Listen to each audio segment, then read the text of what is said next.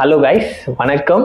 இன்னைக்கு நம்ம வீடியோவில் வந்து மொய் ஸ்டாச்சு பற்றி பார்க்க போகிறோம். மொய் ஸ்டாச்சு அப்படின்றது என்னன்னு பார்த்தீங்கன்னா, நம்ம கமெண்ட் கெத்தான ஒரு கமெண்ட் போடுறோம், இல்லை ஓஜியாக கமெண்ட் போடுறோம், இல்லை ஆல்ஃபா மேல்ரா அப்படின்னு சொல்லிட்டு ஏதோ ஒரு கெத்தான ஒரு விஷயத்த சொல்கிறோன்னா அதுக்கு பின்னாடி வந்து ஒரு எமோஜி வந்து யூஸ் பண்ணுவோம். அதாவது ஒரு சிலை இருக்கா மாதிரி, இது இருக்கு பாருங்க, தலை மட்டும் இருக்கிற இந்த எமோஜி சிலையை வந்து நம்ம யூஸ் பண்ணுவோம். இதோட பேர் தான் வந்து மொய் ஸ்டாச்சு.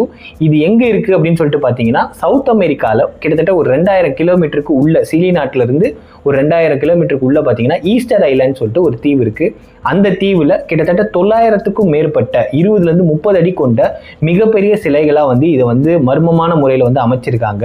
ஸோ இதுக்கு பின்னாடி இருக்க மர்மமான சுவாரஸ்யமான வரலாறு என்ன அப்படின்றத பற்றி இந்த வீடியோவில் டீட்டெயிலாக பார்க்கலாம். வாங்க வீடியோக்குள்ளே போகலாம். 1722 18ஆம் நூற்றாண்டு ஜாக்கப் ரோஜ்வின் அப்படின்ற ஒரு டச்சு எக்ஸ்ப்ளோரர், அதாவது ஒரு டச்சு பிரயாணின்னு வச்சுக்கோங்க. அதாவது அந்த காலத்துல என்ன பண்ணுவாங்கன்னா, ஒவ்வொரு தீவா போய் என்ன இருக்கு அப்படின்னு சொல்றத பார்க்கறது, எக்ஸ்ப்ளோர் பண்றது அப்படின்றது ஒரு ஒரு ப்ரொஃபஷனலாகவே இருந்துச்சு. இந்த தீவுல வந்து இது இருக்கு அப்படின்னு சொல்லிட்டு அவங்க ஒரு டைரி மாதிரி எழுதிக்கிட்டே வருவாங்க. அதாவது உளவு பார்க்கறதுன்னு கூட சொல்லலாம். அது இந்த ஜாக்கப் ரோஜ்வினோட முக்கியமான ஒரு வேலை என்னன்னு பார்த்தீங்கன்னா, பிரயாணின்னு சொல்லிட்டு தான் போவாரு. ஆனா என்னன்னா, அந்த தீவுல என்ன வளங்கள் இருக்கு அப்படின்றத நோட்டை விடுறது. அதாவது அந்த தீவுல ஏதாவது ஒரு கனிம வளம் இருந்துச்சுன்னா அந்த தீவை வந்து காலனைஸ் பண்ணி கேப்சர் பண்ணி இந்த டச்சு அரசாங்கத்துக்கு கீழே கொண்டு வரணும் அப்படின்றது தான் அவரோட வேலை. அதாவது அவர் இன்ஃபார்ம் பண்ணிடுவாரு, டச் அரசாங்கம் வந்து அந்த தீவை வந்து கேப்சர் பண்ணிடும். ஸோ இதுதான் இவரோட தொழில். ஸோ அப்படி வந்து இவர் போகும்போது 1722 அப்படின்ற வருஷத்துல இந்த தீவு கிட்ட வந்து போறாரு. சவுத் அமெரிக்கா கிட்ட இருக்க இந்த ஈஸ்டர் ஐலாண்ட் அப்படின்ற இந்த தீவுக்கு வந்து போறாரு. இவர் போன தினம் அப்படின்றது வந்து ஈஸ்டர்னால அந்த தீவுக்குமே இவர் தான் வந்து பேர் வைக்கிறாரு, ஈஸ்டர் ஐலாண்ட் அப்படின்னு சொல்லிட்டு வந்து வச்சிடறாரு. ஸோ இந்த தீவுக்கு உள்ள போறதுக்கு முன்னாடியே இந்த டெலஸ்கோப்லாம் வச்சிருப்பாங்கல்ல, கப்பல்ல இருந்து தூரமா பார்க்கறதுக்கு யார் என்ன இருக்கு உள்ள இருக்கு நோட்டை பார்க்கறதுக்காக. ஸோ அந்த மாதிரி வந்து ஒரு டெலஸ்கோப் வச்சு பார்க்கும்போது அன்யூஷுவலா ஒரு 20 அடிக்கு 30 அடிக்கு வந்து பெரிய பெரிய மனிதர்கள் வந்து நிற்கிற மாதிரி, தோற்றங்கள் வந்து இருக்கிற மாதிரி வந்து அவர் வந்து அந்த டெலஸ்கோப்ல பார்க்கவே கூட இருக்கிற அந்த பிரயாணிகள், அந்த செயிலர்ஸ்லாம் இருப்பாங்கல்ல, அவங்க வந்து பயப்படுறாங்க. ஐயோ உள்ள போக வேணாம், ரொம்ப பெரிய பெரிய மனிதர்கள்லாம் உள்ள இருக்காங்க போல, அவங்க அட்டாக் பண்ணா நம்ம எப்படி எதிர்கொள்றது, நம்ம வந்து ஒரு எக்ஸ்ப்ளோரர் தான், நம்ம கிட்ட பெரிய ஆயுதங்கள்லாம் கிடையாது அப்படின்ட்டு வந்து அவங்க வந்து பயப்படுறாங்க. இருந்தாலும் ஜாக்கப்புக்கு வந்து ஒரு பெரிய கியூரியாசிட்டி, ஒரு ஆவல், அவர் வந்து உள்ள போய் பார்க்கணும் அப்படின்னு சொல்லிட்டு அவருக்கு ஒரு பெரிய ஆவல். ஸோ அவர் வந்து கொஞ்சம் கிட்ட போய் பார்க்கும் போது அது வந்து ஒரு சின்ன எரிமலை தீவு அப்படின்றத அவர் கண்டுபிடிச்சிடுறாரு. பெரிய மலை இருக்கு, அந்த மலை வந்து எரிமலையா இன்னைக்கு ஆக்டிவா இல்லை, ஆனா அது வந்து ஒரு எரிமலை தீவு அப்படின்றத வந்து கண்டுபிடிச்சிடுறாரு. அதே மாதிரி இது எல்லாமே சிலைகள் தான் அப்படின்றதையும் அவர் வந்து கண்டுபிடிச்சிடுறாரு. அந்த டெலஸ்கோப்ல பார்க்கும்போது அது வந்து தெரிஞ்சிருது. ஸோ இவர் என்ன பண்றாருன்னா, அந்த தீவுக்குள்ள போகலாம் அப்படின்னு சொல்லிட்டு ஒரு சின்ன படகை எடுத்துக்கிட்டு கூட வந்து கொஞ்சம் பேரை கூப்பிட்டுக்கிட்டு அவர் வந்து உள்ள போறாரு. உள்ள போகும்போது மிகப்பெரிய எதிர்ப்பு வந்து அந்த அந்த அந்த தீவுல இருக்கிற பழங்குடி மக்கள் வந்து எதிர்ப்பு வந்து தெரிவிக்கிறாங்க. ஒரு சின்ன கைகலப்பு அப்படின்றது வந்து நடக்குது. நடந்த பிறகு அதை காம் பண்றதுக்காக, அதை வந்து ஒரு இயல்பு நிலைக்கு கொண்டு வரதுக்காக ஜாக்கப் என்ன பண்றாருன்னா, தான் கையில கொண்டு வந்த உணவுகளையும் பழங்களையும், வித்தியாசமான பழங்களையும், அதுக்கப்புறமா உடைகளையும் வந்து அந்த பழங்குடி மக்களுக்கு கொடுக்கும்போது அவங்க வந்து ரொம்ப நார்மல் ஆயிடுறாங்க. ஓகே, இவங்க நம்ம கிஃப்ட் எல்லாம் கொடுக்குறாங்க, இவங்க கிட்ட வந்து நம்ம ஃப்ரெண்ட்ஷிப்பா இருக்கலாம் அப்படின்னு சொல்லிட்டு அந்த பழங்குடி மக்களும் வந்து ஒரு நல்ல ஒரு நண்பர்கள் போல வந்து ஜாக்கப் கிட்ட வந்து அப்ரோச் பண்றாங்க. அவரும் வந்து இந்த தீவை வந்து ரெக்கார்டு எடுக்க ஆரம்பிக்கிறாரு. அன்னைக்கு 1722 என்னென்ன இருந்துச்சு இந்த தீவுல அப்படின்னு சொல்லிட்டு அவர் ரெக்கார்டு எடுக்கிறாரு. இந்த மக்களோட பேர், இந்த இனத்தோட பேர் அப்படின்றது அவங்க என்ன சொல்றாங்க பாத்தீங்கன்னா, ரப்பா நுயி அப்படின்ற இந்த பழங்குடியினோட பேரு அப்படின்றது வந்து அவர் வந்து அங்க வந்து மென்ஷன் பண்றாரு. கிட்டத்தட்ட 2000லேருந்து 3000க்கும் மக்கள் தொகை கொண்ட ஒரு சிறு சிறு கிராமங்களா வந்து அங்கங்க வந்து இந்த தீவு ஃபுல்லா வந்து மக்கள் வந்து வாழறாங்க அப்படின்றதையும் வந்து அவர் வந்து ரெக்கார்ட் செய்யறாரு. அதே மாதிரி இன்னொரு விஷயம் என்ன செய்யறாரு பாத்தீங்கன்னா, இந்த சிலைகள் வித்தியாசமா இருக்குல்ல, இந்த மாதிரி வந்து ஒரு 900க்கும் மேற்பட்ட சிலைகள் வந்து அங்கங்க இருக்கு. இந்த தீவு ஃபுல்லா கடற்கரை ஓரங்கள்ல பாத்தீங்கன்னா ஒரே சிலைகளா வச்சிருக்காங்க. இது ஏன் வைக்கிறாங்க அப்படின்னு சொல்லிட்டு அவர் வந்து அந்த பழங்குடி மக்கள் கிட்ட கேட்கும்போது அவங்க என்ன சொல்றாங்கன்னா, இவர்கள் எல்லாருமே எங்களோட முன்னோர்கள், அதாவது எங்க ஃபேமிலியில ஒரு மூத்தவங்க வந்து இருப்பாங்க, அந்த மூத்தவங்க வந்து இறந்து போயிட்டாங்க. அவங்க வந்து அவங்க சொல்ற எக்ஸ்பிளனேஷன் இறந்து போயிட்டாங்க சொல்லல, அவங்க வந்து அந்த எரிமலை இருக்கு, அந்த எரிமலைக்கு மேல அவங்களுக்கு வந்து ஒரு கட்டளை வந்துருமா, நான் இறக்க போறேன் அப்படின்னா அந்த மலைக்கு மேல போவாங்களாம், அந்த முதியவர்கள் வந்து மலைக்கு மேல போவாங்களாம், அதன் பிறகு சிலையா மாறிடுவாங்க அப்படின்ட்டு வந்து அந்த மக்கள் வந்து அந்த ஃபேமிலி மெம்பர்ஸ் வந்து சொல்றாங்க. ஸோ அந்த ஃபேமிலி மெம்பர்ஸ்லாம் அந்த சிலையா மாறினவங்கள அந்த சிலையை வந்து நகர்த்தி நடக்க வச்சு கொண்டு வரணும் அப்படின்ற மாதிரி வந்து அவர் வந்து ஜேக்கப் வந்து ரெக்கார்ட் பண்ணியிருக்காரு. ஸோ இதுல தான் நிறைய கன்ஃபியூஷன் வந்து நடக்குது. என்னன்னா கிட்டத்தட்ட 80 டன் இருக்கும், 20 அடி உயரம் கொண்ட அந்த சிலைகளா வந்து எப்படி ஒரு மனிதன் வந்து மாற முடியும், அதே மாதிரி எப்படி நடந்து வர முடியும்? ஏன்னா இவங்க சொல்ற அந்த எரிமலை அப்படின்றதுக்கும் இந்த கடற்கரைக்கும் கிட்டத்தட்ட 12 மைல் தூரம் இருக்கு. ஸோ எப்படி நடந்து வந்திருக்க முடியும்? ரெக்கார்ட் பண்ணியிருக்காரு. ஏன்னா அந்த காலத்துல நிறைய ஒரு என்ன சொல்றது மூட நம்பிக்கைகள் வந்து இருந்துச்சு. என்னதான் வந்து அவர் வந்து வேற நாட்டுல இருந்து வந்திருந்தாலும் இந்த பழங்குடியினர் சொல்றதை வந்து அப்படியே நம்பி அதை அப்படியே ரெக்கார்ட் பண்றாரு. ஏன்னா அந்த நேரத்துல வந்து கடற்கொள்ளைகளா இருக்கட்டும், அதுக்கப்புறமா வந்து நிறைய மூட நம்பிக்கைகள் வந்து அந்த நேரத்துல இருந்துச்சு. ஸோ பேய்கள் வந்து கடல்ல வந்து இருக்கு, அது வந்து கொள்ளடிச்சிட்டு போயிடும், கொன்னுட்டு போயிடும், இந்த மாதிரி வந்து நிறைய வந்து அமானுஷ்யங்கள்லாம் வந்து அந்த காலத்துல வந்து நம்பியிருக்காங்க. ஸோ அந்த அதோட ஒரு பார்ட்டா வந்து இதையுமே அவர் நம்பிடுறாரு.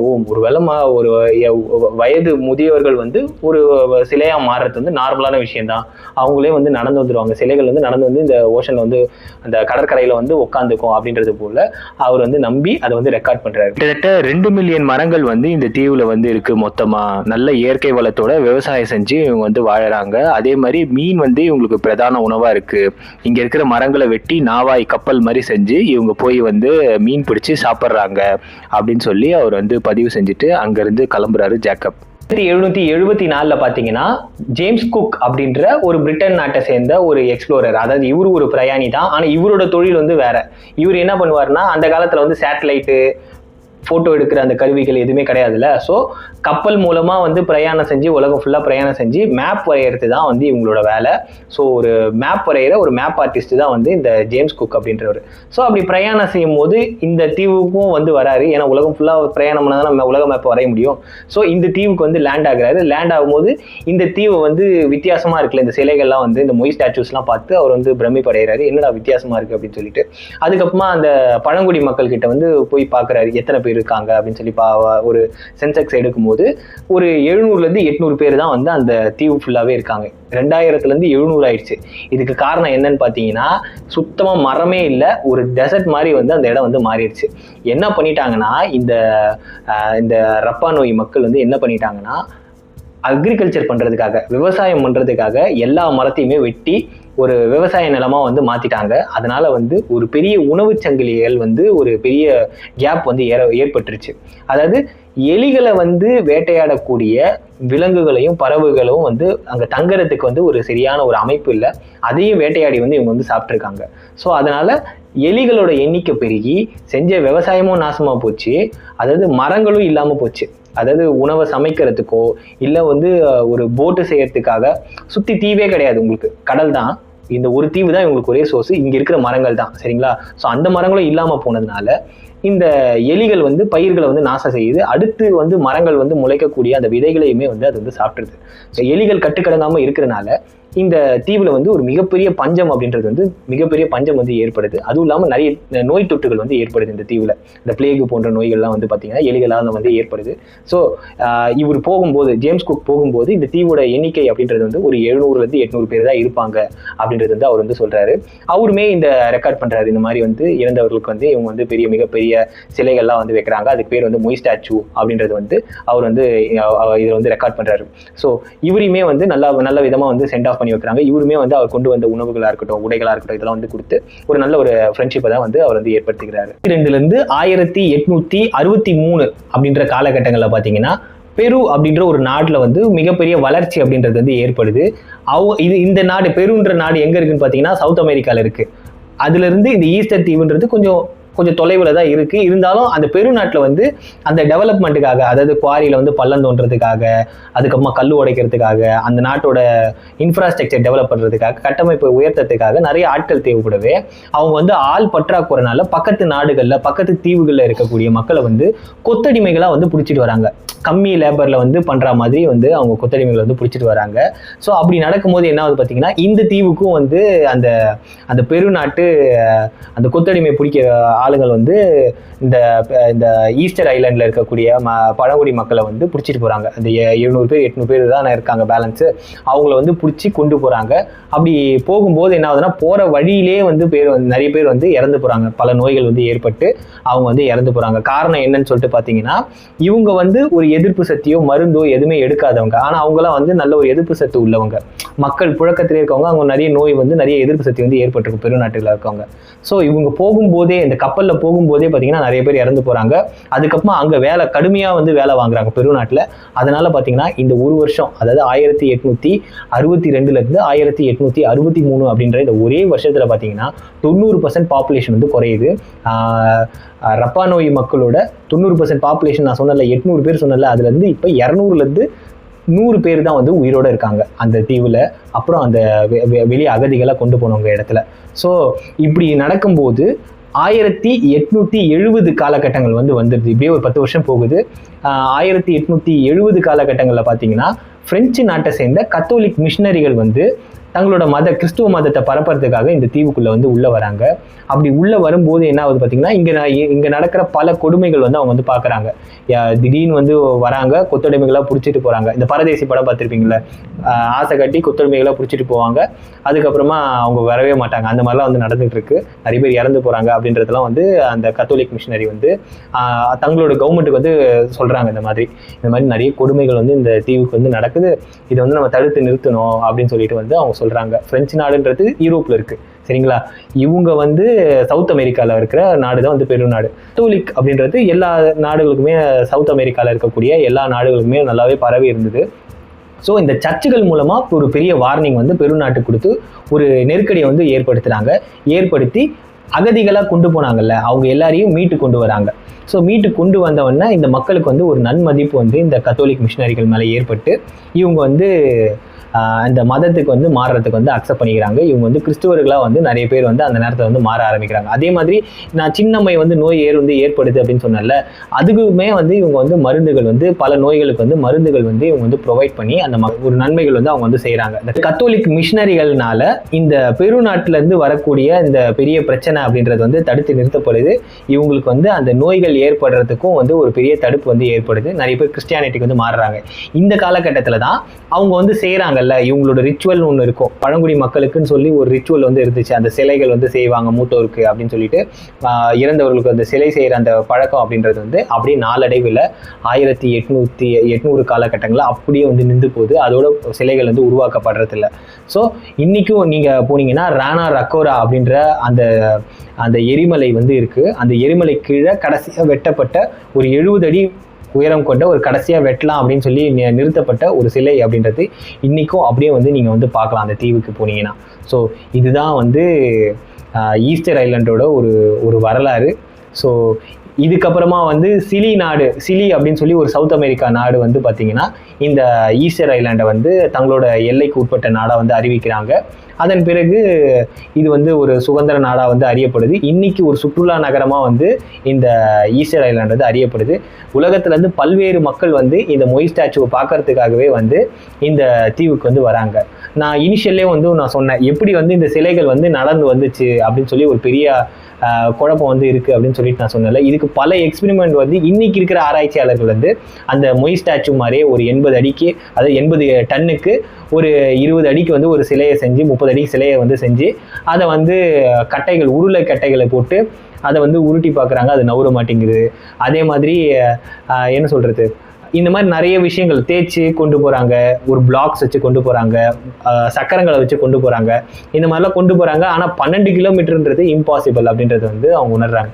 சரி, கடைசியாக ஒரு எக்ஸ்பெரிமெண்ட் என்ன பண்ணுறாங்கன்னா, அந்த சிலைகளோட கண்களை சுற்றி கயிறுகளை கட்டி, நாலாபுறமும் கயிறுகளை கட்டி முன்புறமாக இழுத்து இந்த சைடில் லெஃப்ட் சைடு ரைட் சைடு, நம்ம லெஃப்ட் சைடு ரைட் சைடு நடப்போம்ல, அந்த மாதிரி அந்த சிலைகளை வந்து நடக்க வைக்கிறாங்க. அந்த சிலைகள் வந்து நடக்கிற மாதிரியே வந்து அது வந்து நடந்து வருது, அந்த சிலைகள் வந்து நகர்ந்து வருது. ஸோ இந்த மாதிரி தான் வந்து அவங்க எடுத்துகிட்டு வந்திருப்பாங்க அப்படின்னு சொல்லி இதுதான் வந்து ஃபைனலைஸ் பண்ணுறாங்க. 2010 இந்த சிலைகள் இப்படி தான் 12 கிலோமீட்டர் நகர்த்தி கொண்டு வரப்பட்டு கடற்கரையில் வைக்கப்பட்டிருக்கும் அப்படின்னு சொல்லிட்டு ஒரு தீர்வுக்கு வந்து வராங்க.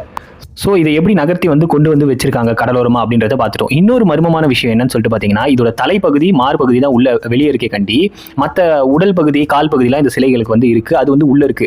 இதுக்கு 2 விஷயம் சொல்றாங்க. ஒன்று, அவங்களே இதை புதைச்சு இது தலம் அப்புறம் இதயம் தெரிகிற மாதிரி அவங்க வச்சிருக்கலாம் அப்படின்னு சொல்றாங்க. இன்னொரு கூத்து என்ன சொல்றாங்கன்னா, இது ஒரு வால்கனிக்கான ஒரு பிளேஸ். ஸோ மண் நகரும், மண் சரிவுகள் அடிக்கடி நடக்கவே இந்த சிலைகள் புதைந்து போயிருக்கலாம் அப்படின்னு சொல்லி 2 கூற்றுகள் ஒரு கன்ஃபியூஷன் ஸ்டேட்லேயே இருக்கு. ஸோ இது 2 கூற்று சொல்லப்படுறாங்க. அதே மாதிரி இன்னொரு விஷயம் என்னன்னு பார்த்தீங்கன்னா, இந்த சிலைகள் செய்யப்பட்ட அந்த கற்கள் பார்த்தீங்கன்னா ரொம்ப அழகாக செதுக்கியிருக்காங்கல்ல.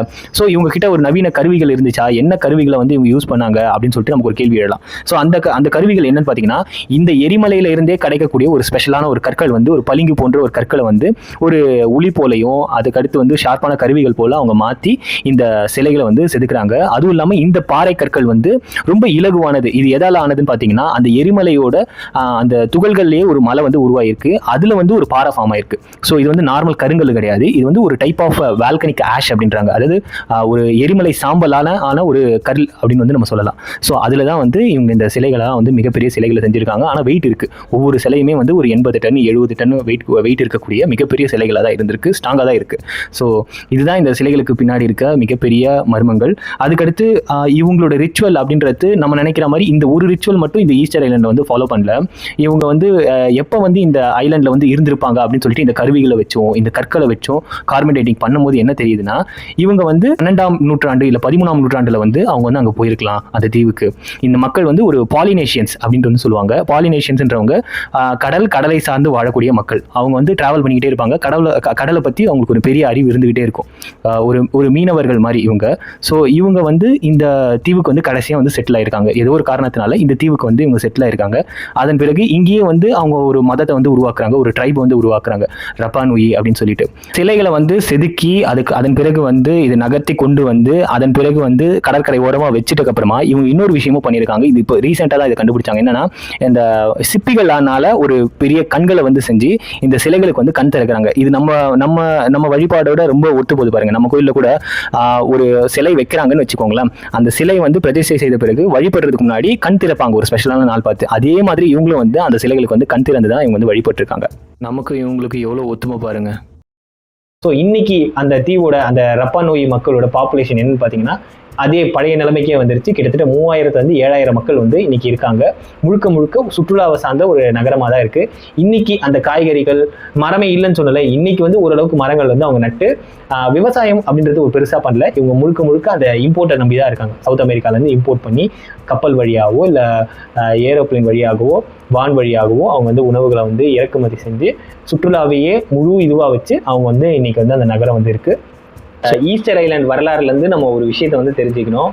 இவங்க காடுகளை அழித்து மரங்களை வெட்டி தான் இவ்வளோ பிரச்சனைக்கு உள்ளாயிருக்காங்க அப்படின்றது நான் சொல்லுவேன். ஏன்னா இவங்க காடுகளை வெட்டவே அந்த எலிகளை வேட்டையாடக்கூடிய அந்த உணவு சங்கிலி, அந்த விலங்குகள் அப்படின்றது தங்குறதுக்கு இடம் இல்லாமல் அதுங்களையும் வேட்டையாடவே பெரிய உணவு சங்கிலியில் பெரிய கேப் ஏற்பட்டு எலிகளால் மிகப்பெரிய பிரச்சனைகள் ஏற்பட்டு உணவு பற்றாக்குறை, அதுக்கப்புறமா பல நோய்கள் ஏற்பட்டு இவங்களோட பாப்புலேஷன் குறைஞ்சி அதுக்கப்புறமா அந்த பெரு நாட்டுக்காரங்களாம் பாப்புலேஷன் கம்மியாக இருக்க ஈஸியாக கேப்சர் பண்ணி இவங்களை அடிமையாக கொண்டு போனால் இவ்வளோ பிரச்சனைகள் ஏற்பட்டிருக்கு. ஸோ இவங்க ஒழுங்காக மரத்தை எவ்வளோக்குள்ள வெட்டினாங்களோ விதைகளை மரத்துலேருந்து வரக்கூடிய விதைகளை பாதுகாத்து அதுக்கப்புறமா அந்த மரங்களையே அடுத்தடுத்து நட்டு வச்சுருந்தாங்கன்னா இவங்க இவ்வளோ பிரச்சனைக்கு ஆளாயிருக்க மாட்டாங்க. இவங்க பாப்புலேஷன் அப்படியே இருந்திருக்கும். பெருநாட்டுக்கார வந்திருந்தா கூட துரத்தி வச்சிருப்பாங்க. ஸோ மரங்கள் நடுறதுன்றது ரொம்ப ரொம்ப முக்கியமான விஷயம். நம்ம எல்லாரும் நம்ம லைஃப் டைமில் ஒரு மரத்தை நம்ம நட்டோம் அப்படின்னாலே நம்ம நாட்டுக்கும் நம்ம மக்களுக்கும் நம்ம செய்யக்கூடிய மிகப்பெரிய ஒரு நன்மை. நம்மளோட சுற்றி இருக்கக்கூடிய உணவு சங்கிலிக்கு நம்ம செய்யக்கூடிய மிகப்பெரிய ஒரு நன்றி கடன் அப்படின்னு நம்ம சொல்லுவேன். ஸோ நம்ம எல்லாரும் நம்ம லைஃப் டைமில் ஒரு மரத்தை நடுவோம். ஸோ இவ்வளோ நேரம் வீடியோ பார்த்ததுக்கு ரொம்ப நன்றி. மரத்தை நடுங்க. ஈஸ்டர் ஐலண்டோட கதை நமக்கு நடக்கூடாதுன்னா மரங்களை நடுங்க. இயற்கையை பாதுகாப்போம். போல் நிறைய வீடியோ பண்ணுறதுக்கு உங்கள் ஆதரவுன்றது எனக்கு ரொம்ப ரொம்ப அவசியம். ஸோ மறக்காமல் சப்ஸ்கிரைப் பண்ணிவிட்டு உங்கள் ஃப்ரெண்ட்ஸ் அண்ட் ஃபேமிலிக்கு இந்த வீடியோ ஷேர் பண்ணுங்கள். நன்றி, வணக்கம். இன்னொரு இன்ட்ரெஸ்டிங்கான வீடியோவோட நான் உங்களை சந்திக்கிறேன்.